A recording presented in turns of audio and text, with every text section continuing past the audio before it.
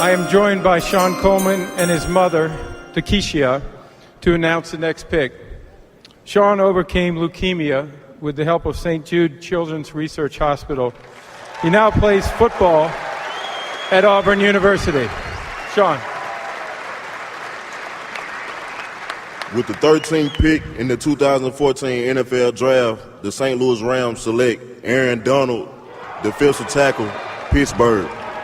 And some good news, some great news. Back in 2010, 2011, when I was doing some work with St. Jude, and I went down to Memphis, Tennessee, there was this kid there. His name is Shon Coleman, and he was bigger than me. I mean, this kid is huge. And they said, Michael, this is Shon. Introduced me to him. Shon was recruited out of high school to go to college to play football at Auburn. But he found out soon after that he had leukemia. So he was at St. Jude with his family for treatment. And we joked with him a little bit. And back in 2012, he started practicing at Auburn. They honored his scholarship. Wow. So he went to Auburn. He practiced with them. He played from 2013, 14, and 15. And now he's declaring for the NFL draft. Wow. And he, yeah, it's awesome. Yeah. He is, I mean, he was at St. Jude and after a few years, his health was good. Right. He's one of the top linemen in the SEC. And on top of that, he's earned 2 degrees. He got his master's and everything else. And I think that Shon is an incredible example of not giving up, pushing forward. You have your dreams, you have your goals, and you just you attack them in more ways than one. So he beat cancer. He's going for the NFL draft. And Shon, I wish you the best. I'm so proud of you, Mr. Coleman. You can beat anything. You can beat anything. Yeah. And as I told you back then, you think you can block me? I do, actually. I do think he can block me. Oh, man. Oh, man. Oh, man. Not again. Yeah, I learned the game from William Wesley. You can never check me. Back to back for the niggas that didn't get the message. Back to back like I'm on the cover of Lethal Weapon. Back to back like I'm Jordan. Welcome to D1 Sports Talk Podcast. This is your boy Type, one half of the D1 Sports Talk Podcast duo. We got Coach with us. Coach, how you doing? I'm good, my brother. What's going on with you, man? Not much, man. We had a few technical difficulties, but we got them gremlins in the house today, but we'll get through it. The haters. They don't want this to happen. But what my boy DJ Khaled say, they don't want this to happen, but it's going to happen. We the best. Coach, it's March Madness. Have you had a chance to check out any of the games? Yeah, I've been checking a few of them out yesterday. Checked a little bit out today. Starting to get hot and heavy. Shout out to the Shockers of Wichita State. Let's get into it, Coach. We got a special guest on the line. It's really someone that, from afar, I've become a fan of. Just his story, him being able to over some of the challenges, and he's agreed to kind of share that story with D1 Sports Talk Podcast listeners, as well as our FreeLunch podcast family. Coach, if you don't mind just doing the honors of really introducing this person, and make sure you bring him out the right way, Coach, because he's earned it. Oh, no doubt. I had the pleasure of meeting this young man, I say about 2 years ago, when he had an opportunity to do something that was bigger than himself. And to do something bigger than himself is pretty big because he's a big guy. My assistant that I work with every day, she has a granddaughter who was afflicted with leukemia. And, we heard about this young man that played football for Auburn University who had the same exact type. And so we reached out to him. Well, long story short, this young man decided to take time out of his schedule to come over to our school to meet this little girl who is 5 years old now and who's coming up on her last treatment. And it's been storybook pretty much ever since. This young man has stayed in contact with the little girl and her grandmother, and he's really made a difference in her life. He brought some other players with him to the school that day, and the entire campus was just on fire seeing these guys. He is Auburn's blind side. He's definitely a very good role model to the students, and a guy that's on the doorsteps of really doing some extraordinary things. And that's Auburn's left tackle, Shon Coleman. Shon, how you doing, brother? What's going on, Coach? Not much, man. I'm so excited that you can be on the show today. I've been looking forward to this. We're going to go ahead and jump right into this thing, man. How everything going with you right now? Yeah, everything's going good, man. Just making sure, handling business as far as, the draft and everything. So everything's going smooth. We definitely want to get into the draft talk. Can you kind of talk about growing up in Olive Branch, Mississippi, and give us some background? Yeah, I actually grew up in Memphis. I went to school at Olive Branch, which is in like 5 minutes outside of the city. But it was a big opportunity for me to, go out there and play football with a big time school, and ended up starting my last 2 years of high school, senior year, and ended up, was blessed enough to scholarship offer from Auburn and a couple other SEC schools.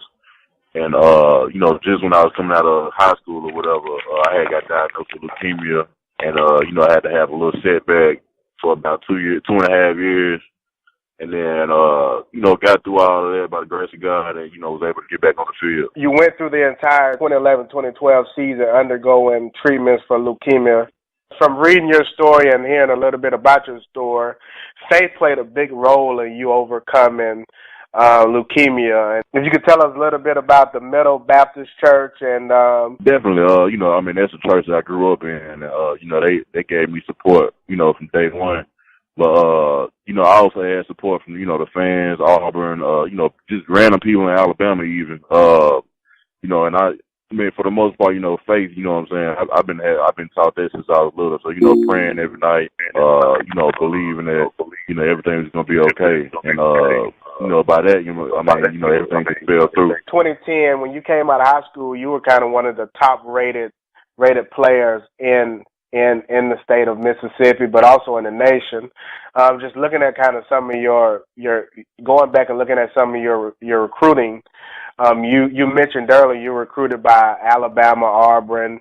I noticed Ole Miss, Mississippi State. You were the number one top-rated player in Mississippi. If you don't mind, just kind of even discussing that. I mean, it was definitely something that I had worked my butt off all year for that year, and it was crazy. My senior year, I was going in probably like a 2 or a 3 star or something like that, and for me to be able, we played a tough conference.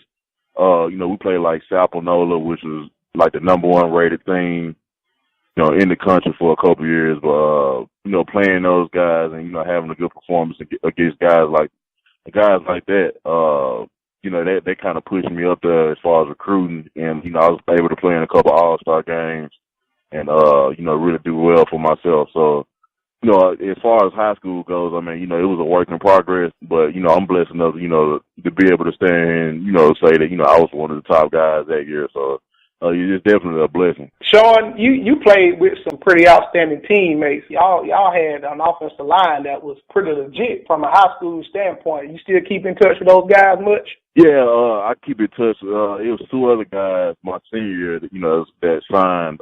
We had a guy named Eric Lobson. He signed to Mississippi State, and a guy named Damian Robinson who signed to Mississippi State. But I definitely keep in contact with those guys also. If it wasn't Auburn, what school would you think you probably would have gone to? I was really close to going to Alabama, to be honest. I had actually, man, it was a whole bunch of confusion the day before I even signed because, I was young, man, didn't know what I wanted to do, kept changing my mind. I was actually committed to Auburn for like a year, and, Alabama had offered or whatever, and, I ended up visiting them. And, obviously it was like the best team at that time. And, I actually told Coach Saban that I was coming, but then, after I did that, it's just like the feeling wasn't there. I had been committed, I wanted to honor my commitment and, stay true to, what I had committed to. So you decided to go to Auburn. We're definitely excited and happy you came to Auburn. I am an Auburn alum and Auburn graduate. You signed with Auburn, your letter of intent, and then you get diagnosed with leukemia. You have to undergo treatments. Can you kind of talk about those 2 years and how you felt? And again, this is more or less so that the audience can really get a full picture of what you kind of endured pretty much your entire Auburn career. After high school, when I first found out the news, I'm a young guy, being told I was diagnosed with leukemia, which I didn't even know what it was at that time. But, I'm just a young guy trying to get ready to play college ball and, end up hearing that. It was very shocking. So, I just, put it in my head, that I was going to have to, lay off football for a while, listen to what the doctors say, just have faith in everything, that everything will fall through. It was, I think the hardest thing out of the whole deal was, not being able to move on with life. Not being able to go to college just in general, not being able to play football and, for, I think I was like 18 years old, for my life to kind of slow down like that, it was kind of a bad time for me. So, when I got over the hump, it was very exciting, to be able to move on, but, it taught me a lot, not to take anything for granted. It humbled me a lot and, I definitely don't even regret it, anything happened. It's taught me a lot so far. That sent chills down you to hear something like that. It does, Coach, because it's just one of them things that when you look back and you look over someone's life and someone's career, you just really never know what they're going through or what they're going to have to endure. So for Shon at that age to kind of have to go through something, I find that very tremendous and really speak to his character. No doubt. And just from being around him, it doesn't surprise me at all. He is a high character guy. We don't want to go through your entire Auburn career again. I think that that's something that definitely Auburn fans know a lot about. We followed your stories. I definitely recommend our FreeLunch podcast listeners, as well as our D1 Sports Talk podcast listeners that are not familiar with your story, to go back and to research it. We really want to talk about your upcoming kind of draft status and really just want to talk about what you're currently enduring. But before we even get to that, I got a question for you. So I was very critical of you, Shon, at left tackle. I've become a fan. I really like how you progressed over your Auburn career, and really think you're going to be a phenomenal NFL prospect and actual player. And I even noticed that you're the highest rated player in the draft. But 2 years ago, when you faced Myles Garrett, it was a high-profile game, a CBS game. I think at the time we were ranked in the top 5. Can you kind of talk about that particular game in particular, some of the challenges and how you've become a better ball player since that game? That year, we were going against Texas A&M, and Myles Garrett, he's a big time. He's a big time player. In my book, he's definitely going to be like a top 5 draft pick. But anyway, just that was my first game going against a big time guy in my first year starting, and going into it, I didn't have as much confidence as I had my final year. I really didn't know what to expect, but I didn't do very good that game. I think I had like 2 holding calls. It was really a technique issue, just being able to work my technique. Coach always got on me because I was trying to do my own thing against everybody when, I just needed to settle down and, just work the technique. So, we ended up losing that game by, I think, like a touchdown or so. It was a crazy ending. But, at the end of the season, I kind of worked on everything.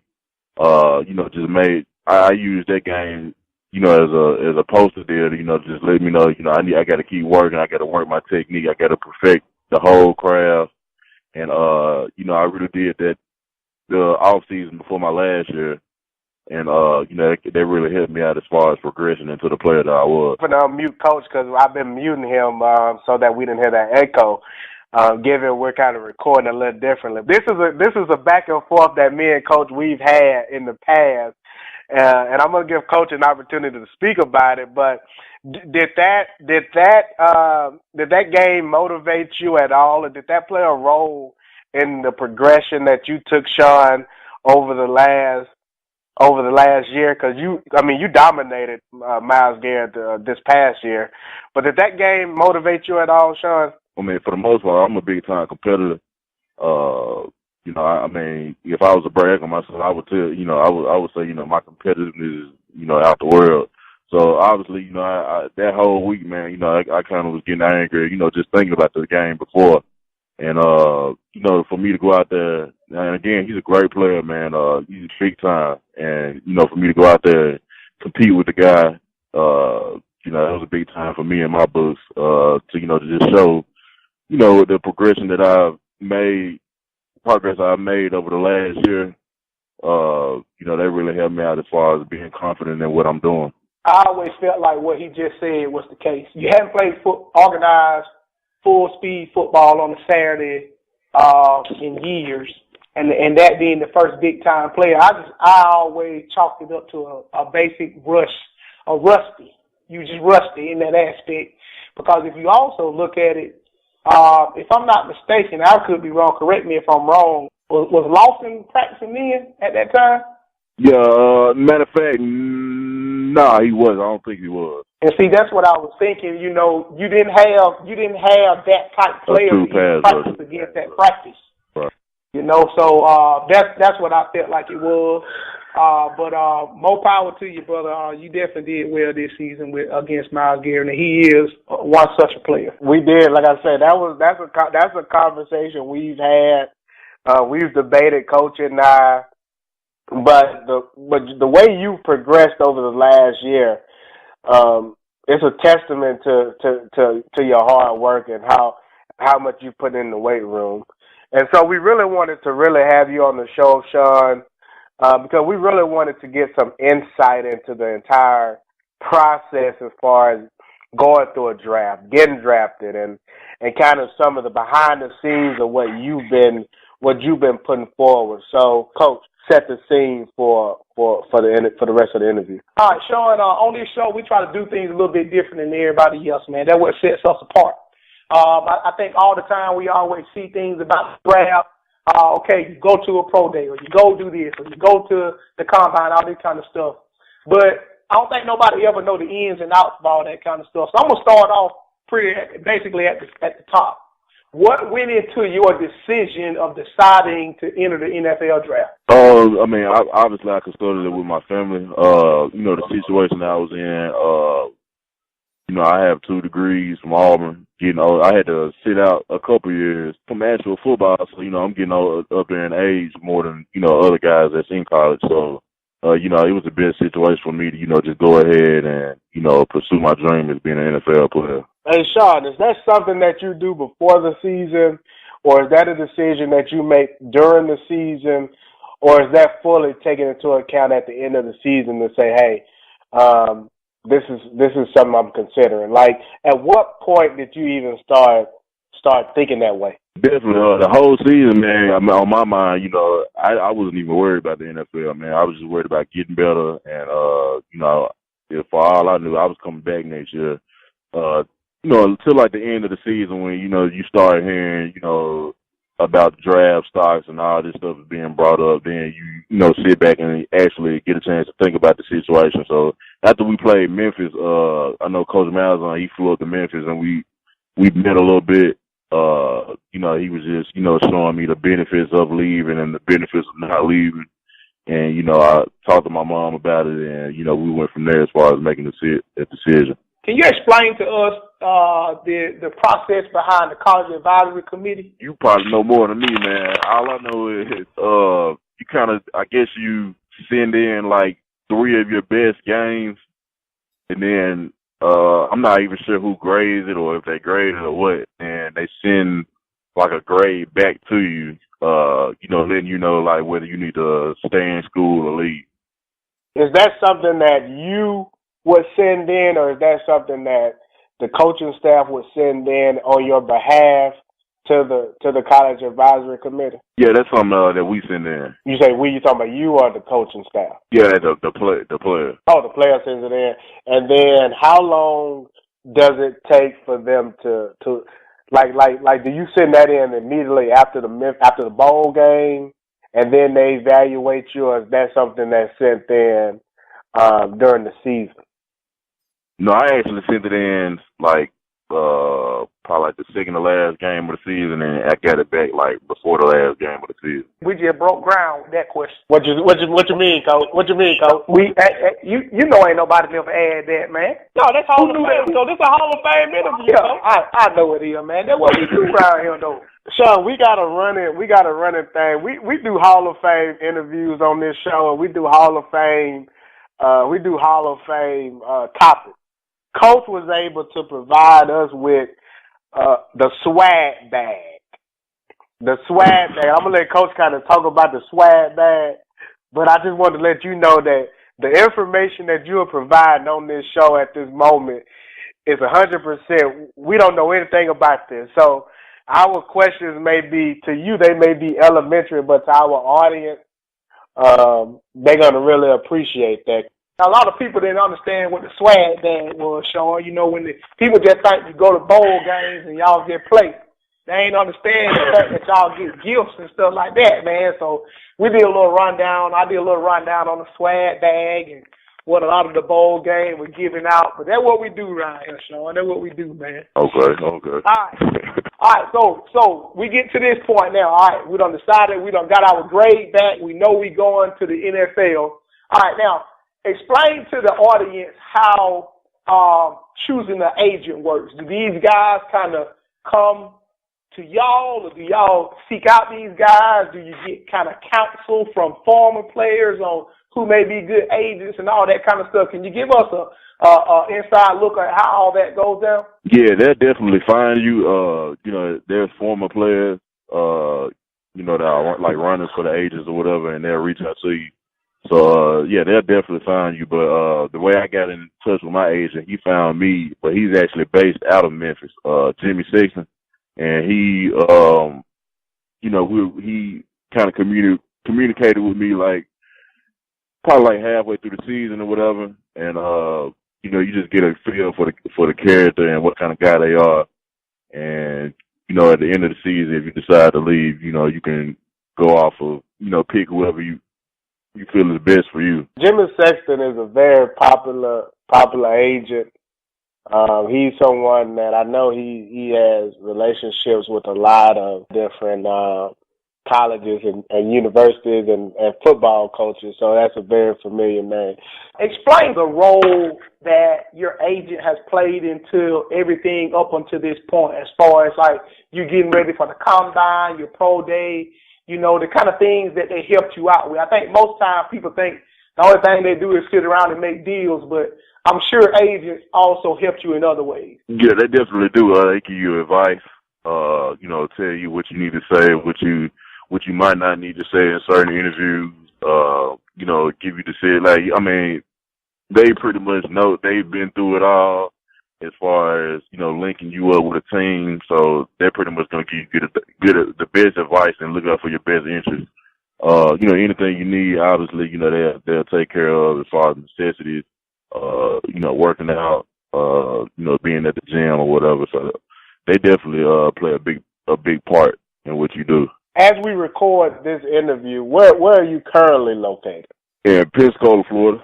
Oh, okay. You're not far from me. When you decide on the guy that you want to be your agent, and you guys come into a contract with each other, at that point, like, how did you get invited to the combine? How does that work? Is that something that you do? Like, did you have to reach out to NFL and say, hey, I would like to attend? Because I'm sure there's a lot of guys that want to attend the combine, but they can't bring everybody to the combines. Or does the agent talk to the NFL? How did you become a participant at the NFL combine? They pretty much just sent me an email and, you know, letting me know that I was invited. And, you know, the agent, I mean, he really can't be at the combine as far as like the hotel that you stay in there. But, you know, he's obviously going to give you the advice, tell you what you need to do as far as when you get up there, lay out what you're going to go through. So, you know, he helped me out a lot, you know, to be prepared, because you're going to go through a lot of stuff at the combine as far as medicals, you know, meet with teams, we do certain individuals and things like that. How do you go about choosing your training facility, where you want to train at, and all those things? Well, I knew where I wanted to go before I had started, before I left college. So I pretty much got everything planned as far as, you know, working out, where I wanted to work out at. And, you know, the agent obviously just set it up for me. You know, they planned everything before you even come out. So you'll have everything ready. But yeah, I mean, that's an easy process as far as picking where you want to work out and things like that. Coach, you just asked a really good question. This is what I'm talking about, Coach. Coach, you just asked a good question. Shon, what makes up your team? Because it sounds like, and I didn't even think about this, but from Coach's question, you have to have an agent. You have to have a location where you want to go train. Are there other folks outside of your family members that become at that point becomes a part of your team? Like, do you have a financial advisor? Do you have a offensive line coach? What does your current team consist of leading up to this draft? I didn't really go through the process of the financial advisor or anything. I like to just keep things simple. So I mean, obviously I signed the agent. My mom, she's always there. She's a smart lady, so she's always there when I need advice on something or anything like that. But as far as like a financial advisor or anything, I never really got into that. So, do you have to go out and get a lawyer or anything like that? Because in the words of Jay-Z, you're not a businessman, you are a businessman. So at this point, you're a business right now. I haven't. I mean, I'm sure that that's something that I have to go over, but I haven't gotten out and gotten a lawyer or anything like that. Type knowing Shon like I do, that doesn't surprise me at all. He is a no nonsense, just easygoing guy. That didn't surprise me at all. Shon, exactly where are you training right now, and are there any other notable guys in that same location training? Yeah, I was in Phoenix, Arizona, and then I had to come to Pensacola. I'm at the Exos down here, and it's a couple guys from Auburn, Ricardo Lewis, Jonathan Jones, and Chris Frost. We're also down here, so. So y'all didn't invite Duke Williams down there? No. I don't really even know what path he on right now, man. I'm being shade right now. I'm just throwing a little shade out there. That's all. I shouldn't be saying that. I'm just throwing a little shade. Let me get back to the conversation. Coach, what you got there, Coach? All right. You already explained to the people that you received the email in order to invite you. I was going to ask you, did they send you a golden ticket like they did Charlie and the Chocolate Factory, but apparently they don't give out golden tickets to come back. What is it like when you walk into that building and you see Mike Tomlin and Bill Belichick and all these Jerry Jones. Yeah. What is it like to walk in the combine and see all these guys you watched on television? Crazy, I mean, because, obviously, like you just said, I grew up watching a lot of guys that was there. But, at the same time, you just had to have that business mindset and, let everybody know that you there for business, like, to get an autograph or anything like that. So, it's pretty cool seeing guys like that, but at the same time, it was definitely on a serious note. Congratulations on the 22 reps at the combine. That talks a lot about your strength and your endurance. When you going through that, when you're going to do like reps at the combine, in preparation for that, is your trainer giving you tips on what to do and how to go about 22 reps? Right. Yeah. Obviously, leading up to the combine, we're training like every week, trying to build strength, stamina, endurance, and things like that. So, he put me in the best position to perform like I did. So, like he's telling you, make sure you don't go so fast on your first 10. Is he giving you tips on how to get a good score? Yeah, I think one of the big tips he gave me was like breathing during the reps. Like you don't want to keep taking deep breaths every rep. You want to take one deep breath and then every time you rep it out, you exhale a little bit more, a little bit at a time. So I think that was the biggest tip that he gave me. And for our lady female, we got a lot of female listeners on the FreeLunch podcast on my show. What we're referring to is at the NFL Combine, when players go, they have different things that they have to do. One of those is the bench press, where you have to essentially, 225, and you have to see how many times you can do 225. Is there a time limit on that, Shon? No, it's not. It's just how many reps you do. It's just how many reps you can do. 225 pounds, and Shon, he was able to do 225 pounds 22 times. So, Coach, I think I'm repping 225 10 times. Coach, how many times you throwing it up there? I ain't touched the weight, so I couldn't tell you. What you got, Coach? We're able to log on to NFL.com or pull up the NFL Network on television, and we can watch you do your tests and your runs and all that kind of stuff. We see them measuring your height, your arm length. What else goes on at the NFL Combine? I know a lot of times I hear that you guys sometimes talk with teams. Are there any dinners or anything y'all go to together? Are there, any kind of tests y'all have to take or anything like that other than what the cameras show as far as the measurables? We definitely take a lot of tests. Teams that have you take like psychological tests. I think the biggest thing is the medicals at the combine. You gotta go get blood drawn, X-rays, MRIs. Some guys will be up there like all day just doing MRIs and things like that. So I think that's the biggest deal there. I think that medical is actually 2 days. So the first day you're at a hospital getting X-rays and everything. The second day, you letting team doctors look at you and things like that. And then obviously the third and fourth day are the workout days. That team interviews, meeting with GMs and coaches, and you don't get any off time whatsoever. I know I probably would start the day at like 6 o'clock and then be done at like 12 at night. So we're up and at it all day. Psychological tests. Are you referring to the Wonderlic? Yeah, the Wonderlic, and there's a whole bunch of other tests out there that they try to get a personality out of you and things like that. For the Wonderlic test, is that something that, as part of your preparation, when you were at Arizona or when you were at or talking to your agent, are they giving you these same psychological tests in preparation for the combine? No, they're not. But we got there's a guy that was actually training me on the Wonderlic test. So we just go through and go through questions like the ones that'll be on the actual test. And just so I could be prepared for that. You do interviews. What is probably the weirdest thing you got asked by a team?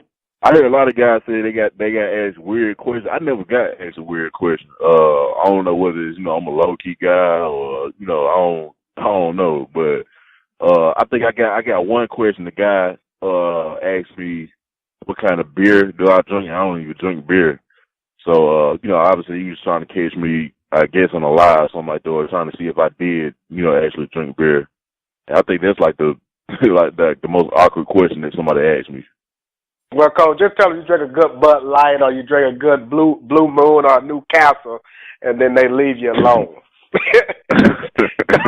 I got a good question for you, Shon. Who sets up are these interviews set up by your agent or are the teams requesting to interview with you? The teams. So the teams are requesting to interview with you. Right. Are you able to tell us the team that were interested, or is that something? Are you able to share that information? I met with 16 teams. I wouldn't be able to tell you all of them off the top of my head, but I met with Denver, Carolina, Philadelphia. I believe I met with the Tampa Bay, Minnesota, and the Houston Texans. Yeah, we wouldn't mind. I'm pretty sure Tampa Bay wouldn't mind you being the blind side for Jameis Winston, because they've had a lot of struggling with that offensive line. So how would you feel blocking for Jameis Winston if given the opportunity, considering what he did to us in the national championship game? I mean, just to be blocking for anybody in the NFL, that's very exciting to me. So it don't matter who I'm blocking for, man. It's just a blessing to be in the league. So good job, Jimmy Saxton, for that answer.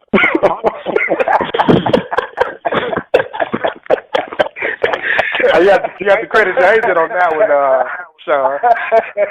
Nah, man, it's all me, man.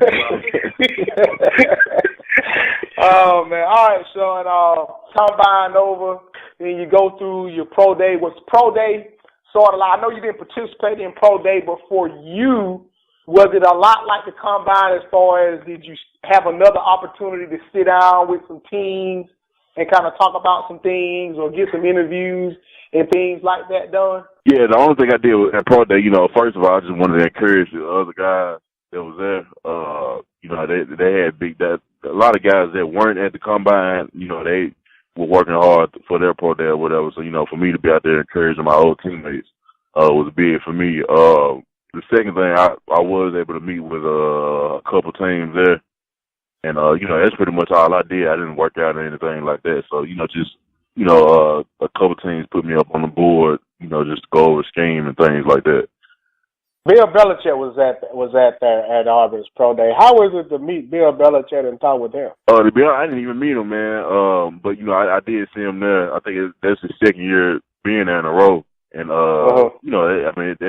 it's pretty cool for, a guy like that with all those Super Bowls to take time out of his schedule to come to our pro day and check out some of the guys. So. Is it intimidating? No, not at all. I know me and you talked briefly at the school before we got out, and I guess this is kind of my wrap-up as far as between now and April 28th, which is the day of the draft. What is on Shon Coleman's plate now? I know we talked one time, maybe obviously training. I know we talked about one time about going and maybe doing some interviews and things like that. What's on your plate between now and that important date in April? It's definitely going to be a little bit more laid back than it has been. Just going to meet with teams. Obviously working out.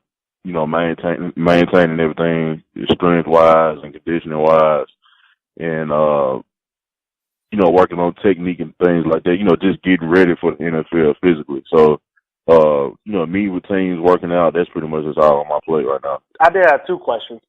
As we look to kind of wrap this up, because we do want to have you back on after you get drafted, because hopefully you'll have some time. But this has been an amazing interview, and the light that you shared to our audience, I'm pretty going to be appreciated. So first, let me say thank you for joining us on this interview and this podcast, Shon. Thanks for having me. The two things that I wanted to ask you about, and I'll start with some of the things just draft related.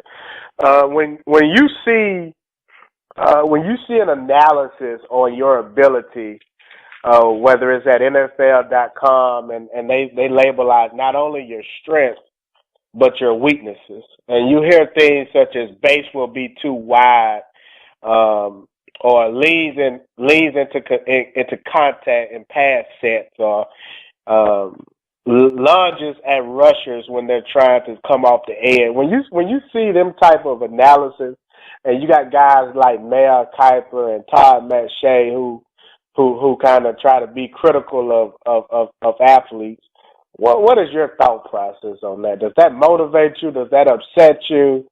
Do you just ignore it? Do you even read it? But how do you address those type of notes about Shon Coleman? Definitely. I'm a guy that loves criticism.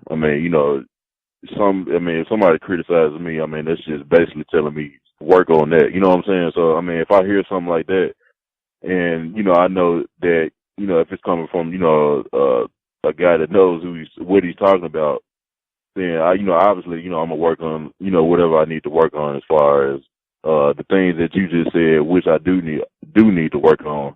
So having a little bit more knee bend, little things like that, is something that I'm gonna have to work on in the off season to improve my game. I understand. I'm very critical of Mel Kiper and those type of guys, because I don't think that they're as intelligent and they have the insight. So I'm a little bit more critical probably than you are, but I appreciate you answering that question. The last question I have for you, I'm very interested in hearing your thoughts on, there's been a number of current NFL players that have retired. A lot of these guys have decided that they've earned the money that they were going to be able to earn. they're concerned with the CTE epidemic, concussions. You play a position where you're going to be where you headbang every single play.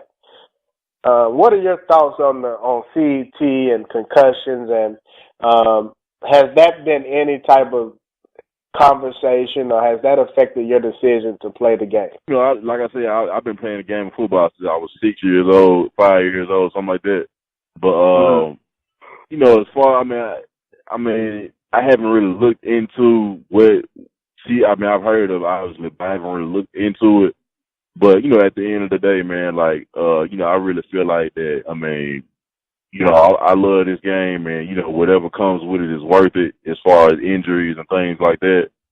So, you know, I mean, it's definitely not going to stop me from, you know, wanting to play football or anything like that. So I don't know if our fans remember or not, you were invited to go on stage at the NFL draft and announce the team's pick. Where will you be enjoying the NFL draft this year? I'm not sure. I'm not sure if they've even. I don't know if they've sent out invites, but most likely I will probably be at home in Memphis. You know, with my family and friends and things like that. You know, just taking it all in with them or whatever, celebrating or things in that nature. So. Well, we'll definitely come down there and enjoy it with you, Shon. If you want D1 to cover it, we wouldn't mind. We'll make that trip down there. So keep us. We come down there because we're really looking forward, man. And like I said, I want to be one of the first to congratulate you because, I mean, to our D1 Sports Talk podcast audience and FreeLunch podcast audience. Your story is tremendous, man, and we're rooting for you. We do want the best for you, and we'll be following you from this point moving forward as we've done since you become an Auburn Tiger. So we look forward to everything that you're doing, and we can't wait to have you back on the show. What's up, man? I appreciate it. So, hey, but Shon, before I mute Coach, it's okay. I understand if Duke Williams can't come out there and work out with you guys. I understand you guys trying to stay focused.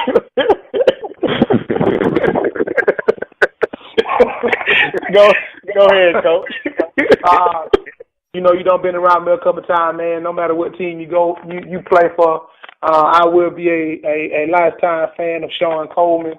Again, just like my co-host did, I just want to congratulate you on all your success. I know things are gonna really go fast after you get drafted. We would love to get another interview if you could somehow fit it into your schedule at any point in time after the draft, because again, I don't think people know what happens after that phone call. You know what I mean? You don't know yet either, but you know that's something you're about to find out. But you know, we always sit and watch television and when them guys get off the phone, what happened then? When they get that playbook? When they got to fly out? You know, that's the kind of stuff we want to introduce our audiences to, because that's the stuff nobody else is talking about, and we're going to take the lead on it. Shon, God bless you, man. I appreciate everything, and I'll be in touch, brother. Coach, tell the people about Advocare real fast. Advocare make champion, man. You know what we do. Get some spark in your life, Shon. You might want to get some spark in your life, son. And this is D1 Sports Talk Podcast, a member of the New South Movement Podcast Network. Thank you, Shon, for joining us, and we look forward to it. God bless y'all, man. I appreciate y'all for having me. Before you come for the great one, please. Who's a real nigga and who ain't one, please? Somebody stop me. I'm talking Ballsy and Guanajuasi. I got the fest in 5 days and it's my shit. Soon as a nigga hit the stage, they gon' ask if I can play the shit back to back. Yeah, they want it back to back. They gon' ask if I can play the shit back to back. I took a break from views, now it's back to that, nigga.